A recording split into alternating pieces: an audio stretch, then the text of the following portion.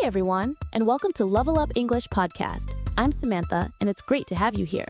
Our mission is simple. Don't just learn English, learn in English. And I'm Benjamin. Today, we're kicking off a very special two-part deep dive into one of the most influential books ever written, The 7 Habits of Highly Effective People by Stephen Covey. This book is a true classic. It's sold over 40 million copies worldwide for a reason. It's so rich with insights that we knew we had to split our discussion to do it justice.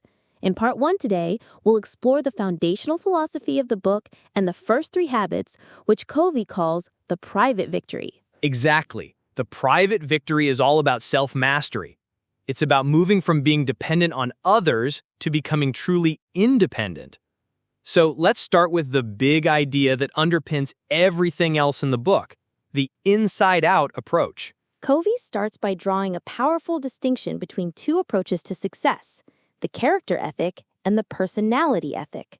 For about 150 years, most success literature focused on the character ethic, things like integrity, humility, courage, and justice.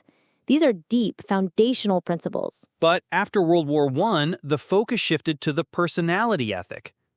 This approach is more about public image, skills, and techniques.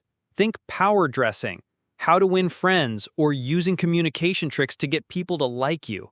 Covey argues this is like putting a bandage on a deep wound. It's a quick fix that doesn't last. He says true effectiveness comes from the inside-out approach. It means change starts from within. We have to work on our character, our motives, and our paradigms before we can expect to see real, lasting change in our results and relationships. And paradigm is a key word here.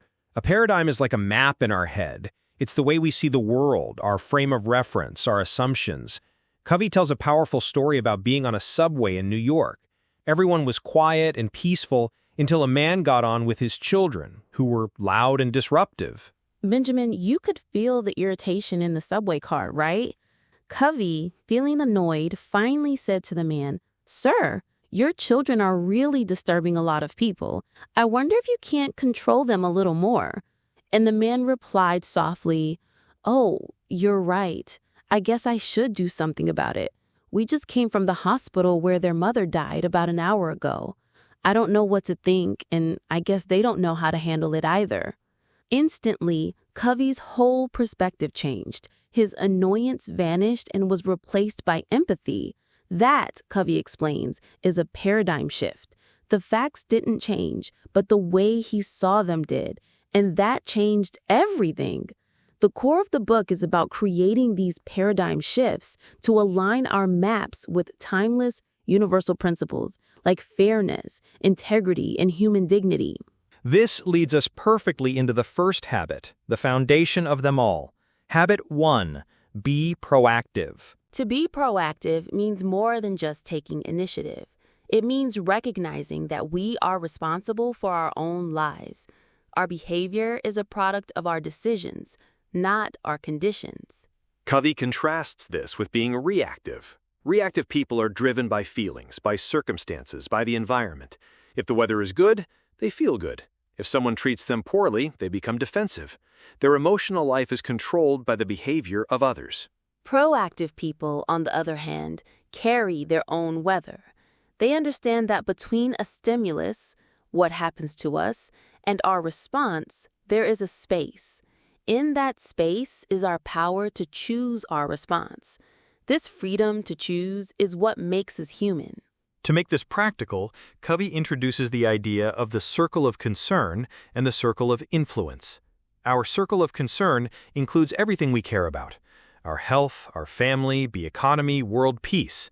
But within that is a smaller circle, our circle of influence, which includes the things we can actually do something about. Proactive people focus their energy on their circle of influence. They work on the things they can change. As they do, their circle of influence grows. Reactive people focus on the circle of concern, complaining about problems they can't control, which only makes them feel more victimized and shrinks their circle of influence. So, the first step to effectiveness is taking ownership. Stop blaming, start acting. This leads us to the second habit. Once we are in charge, where do we go? Habit 2.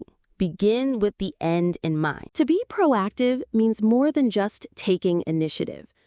It means recognizing that we are responsible for our own lives.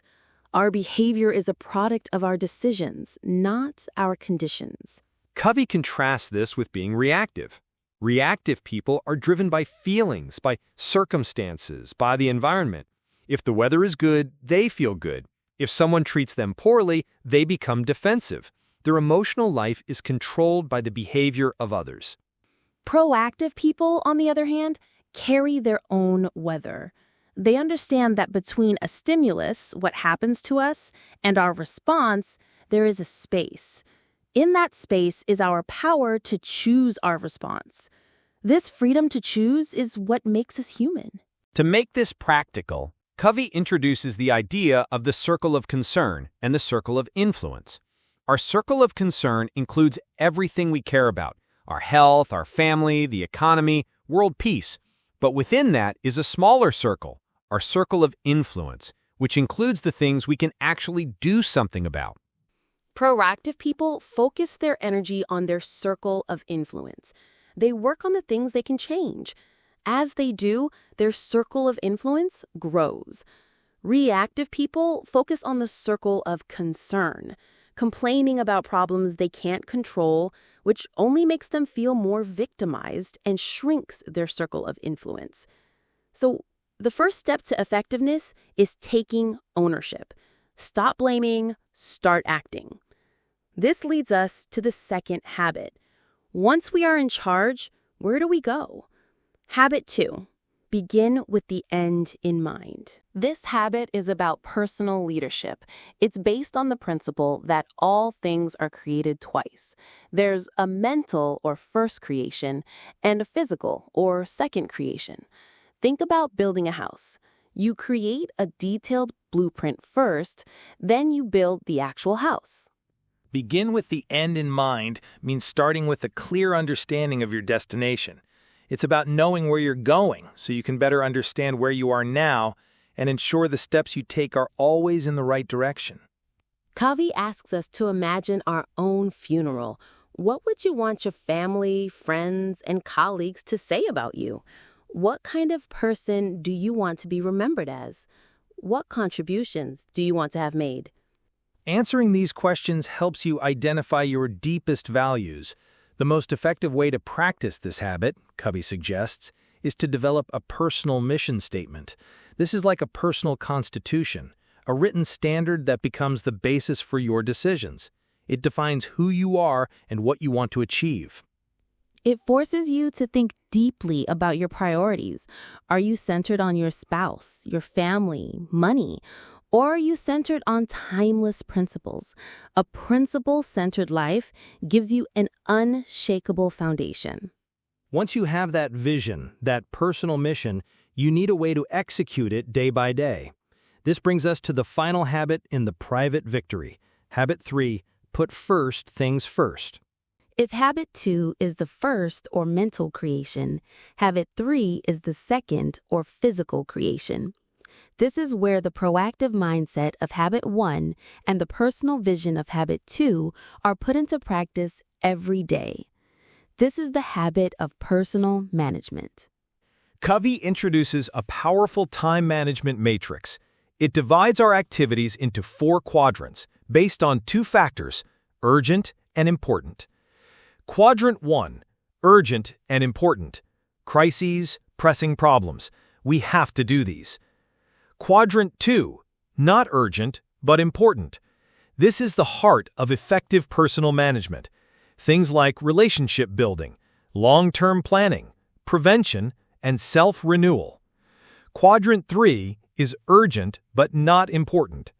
Interruptions, some meetings, popular activities. This is often where we spend a lot of time thinking we're in Quadrant 1. Quadrant 4 is not urgent and not important. Trivial activities, time wasters.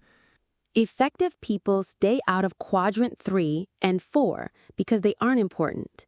They also shrink quadrant 1 by spending more time in quadrant 2.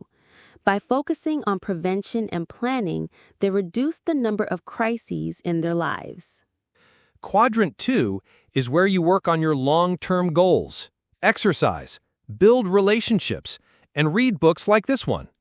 But because these activities are not urgent, they are easy to neglect. The key to put first things first is to say yes to Quadrant 2 activities and have the courage to say no to other, less important things. And that's the private victory. By being proactive, habit 1, you recognize you're the driver. By beginning with the end in mind, habit 2, you decide where you want to go. And by putting first things first, habit 3, you drive there, avoiding distractions and focusing on what truly matters. Achieving this private victory, true independence and self-mastery, is the essential foundation for building effective relationships with others. You can't have a successful partnership if you're not a successful individual first. That's our focus for part 2 of our deep dive into the 7 habits of highly effective people. We'll explore the public victory, how to move from independence to interdependence with habits 4, 5, and 6, and how to keep growing with habit 7. We hope you'll join us for that. For now, here's your deep dive challenge. This week, take 15 minutes to think about your circle of influence. Identify one thing in your personal or professional life that you've been complaining about. Now think of one proactive step, no matter how small, that you can take to start influencing that situation. Share your experience with us on social media using the hashtag DeepDiveEnglish. We'd love to hear how it goes. Thanks for tuning in to Level Up English Podcast. Until next time, keep learning and leveling up.